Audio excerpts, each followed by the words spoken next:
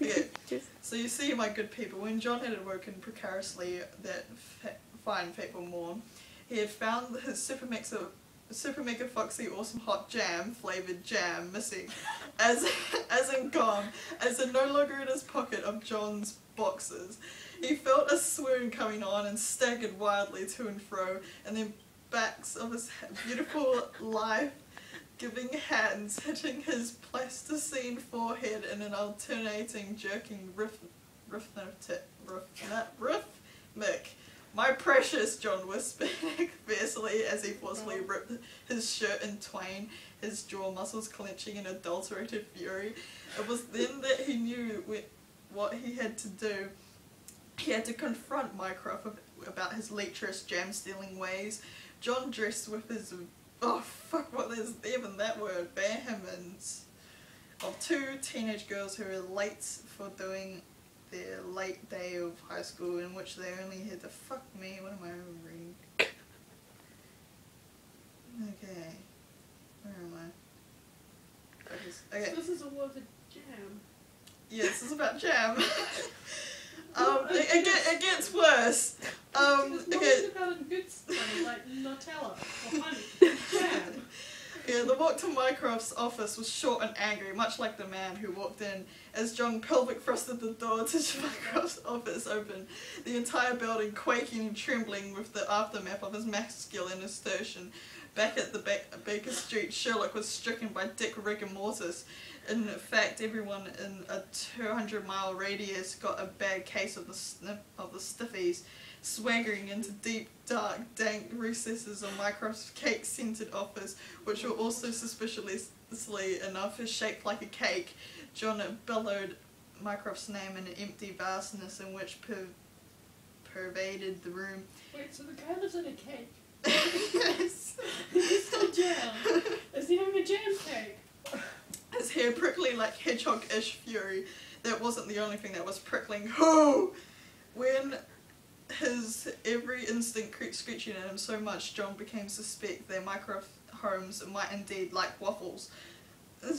John was exceedingly proud of his newfound super duper amazingly fantastic deductioning skills. So proud, in fact, that he admittedly priorated into double. Fuck this person. Have they used a fucking thesaurus on every single fucking word they've come across? Okay, in a double backing back. What the fuck? Okay, what?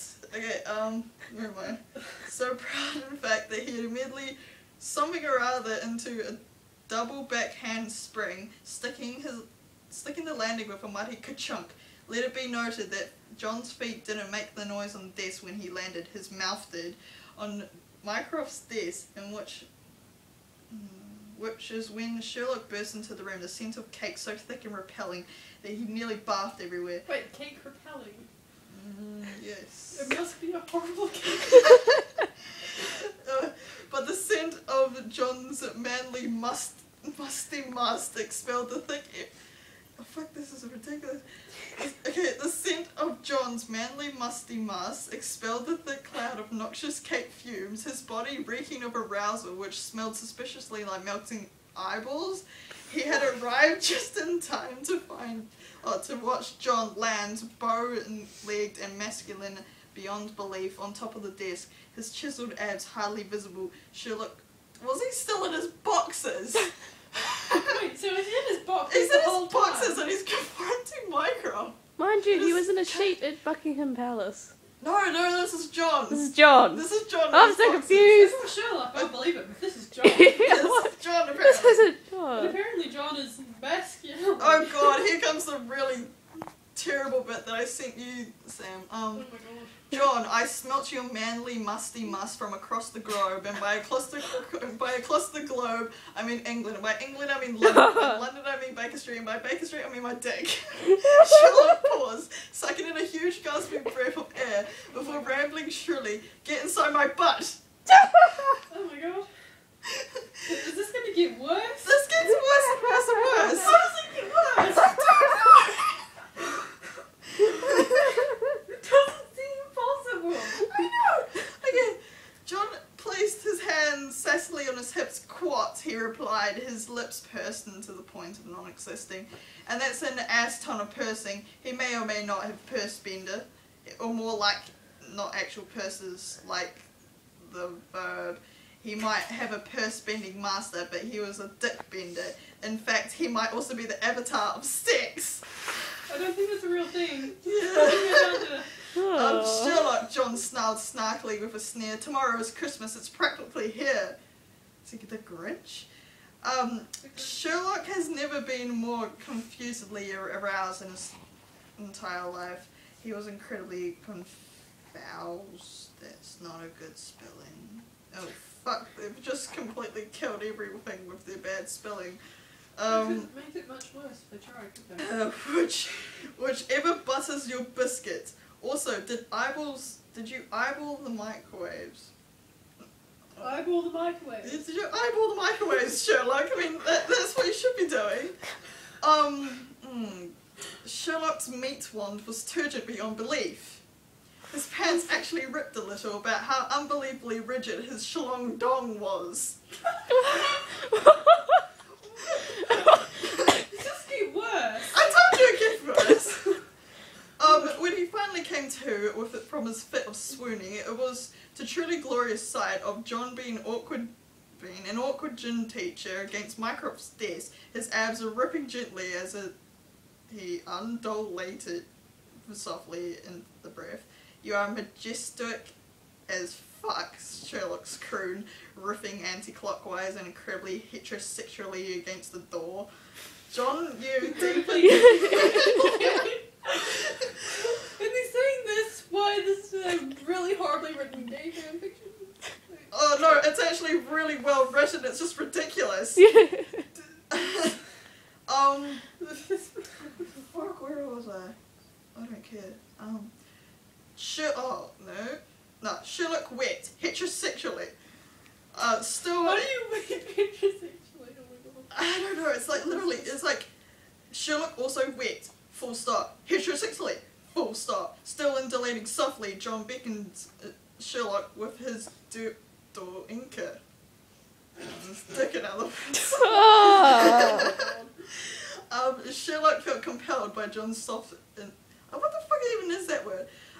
His butt clenching spasmodically as he windmilled forward with reckless abandon. John braces hands against the desk. The wooden splinters under... Why would the wooden splinter? It should That's be... obviously not a very good desk. Yeah, that's a shitty desk for Mycroft. Mycroft will get better desks. They'll put polish on it.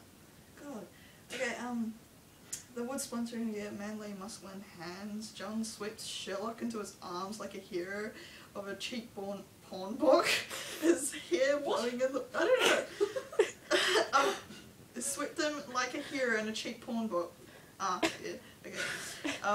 His hair blown in the wind after being accidentally karate chopped in the head by Sherlock's wildly windmilling arms. Stars of beautiful, beautiful heterosexual agony exploding behind his eyeballs as he riffed with the asthmatic joy. Why is everything heterosexual? I don't know, it's very homosexual really. Okay, next paragraph. Oh my god. Dear God. Did this end anytime soon? 1, 2, 3, 4, 5, 6, 7 more things to go. They should have just given up. I forgot. What's I've this lost my person's place. day job? I don't know. Also being Good thing nuts. I have a day job. If this is anything to go by. Oh, here's a funny word. Blue blue blue. What?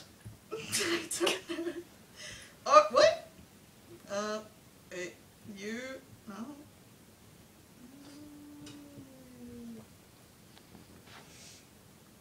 What? John managed to slip in there without him noticing, but mostly he was touched, like his butt was about to be. You remembered he tittered. Oh. John recalled having said those words to him long ago before being chuflamoxed. What is that? I don't know. We should Google. We should Google every single word of this so I can understand this. Okay, which is a mixture of chuffed and... Oh, there we go. Chuffed and flamoxed. Give us a definition. Yes! So that's extremely helpful. That left John suffering in a severe attack of Dick Parkinson's, his eyebrows gesticulating wildly. After slathering his hand in the slipperiest of slipperiest honeys... So they had honey inside the cake? I thought they had jam. Yeah! Well, then what do they need the jam This is for all if they about have honey? jam. Why are they... I'm so confused. I swear they're having sex on top of Mycroft's. Something about Really? Simba. Rafiki did Simba and plopped him onto... What? Simba, isn't that just the name Now of the they're lion? bringing the Lion King? The Lion King. But... what the fuck, dog? If I can't rub my butt on the carpet, then neither can you? Why would they want to rub their butts on the What? carpet? Okay, I'm going to read. Okay. Ooh, okay. Oh, for fuck's sake.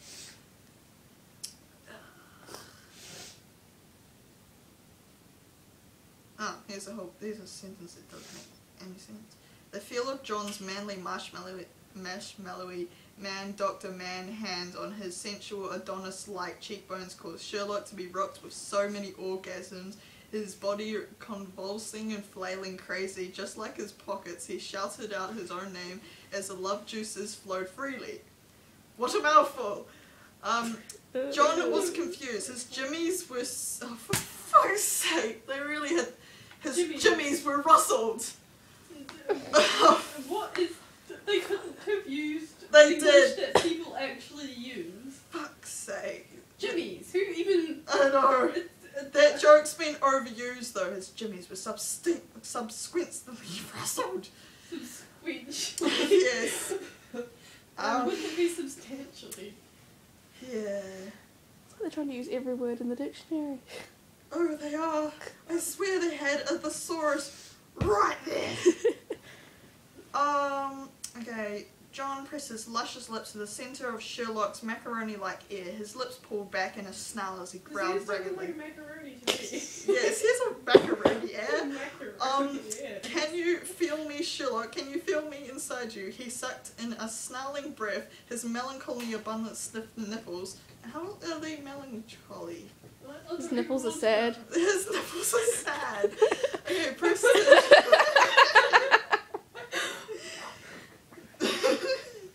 okay, where was I?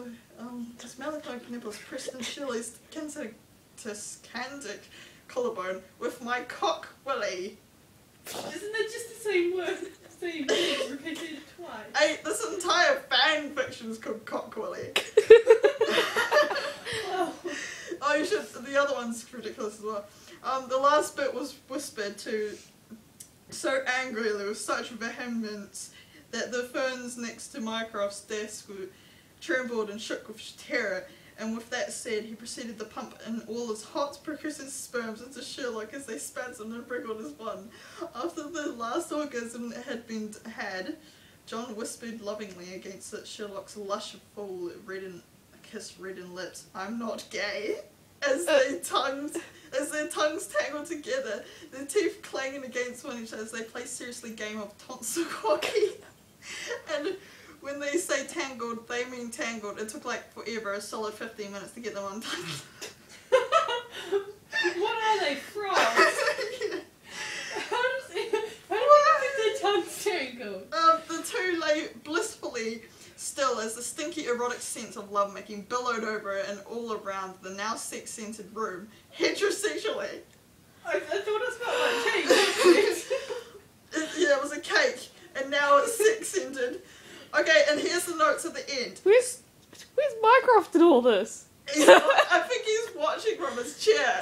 I'm pretty sure it says nothing about him, I don't think.